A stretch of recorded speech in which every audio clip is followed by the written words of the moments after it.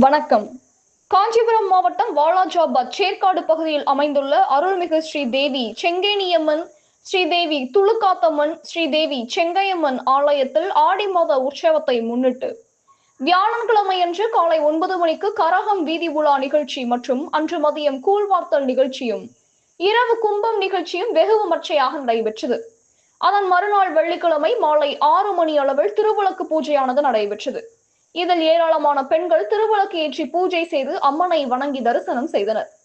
அதனைத் தொடர்ந்து செங்கேனியம்மன், துளுக்காத்தம்மன், கங்கையம்மன் இந்த 3 சாமிகள் சிறப்பு அலங்காரம் செய்யப்பட்டு வீதி உலா வந்து பக்தர்களுக்கு காட்சியளித்தனர். ஏராளமான பொதுமக்கள் அம்மனுக்கு தீபம் காண்பித்து தரிசனம் செய்தனர்.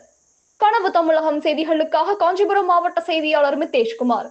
செய்திகள் வாசிப்பவர் ஸ்னேகா பொன்வாலி. நன்றி.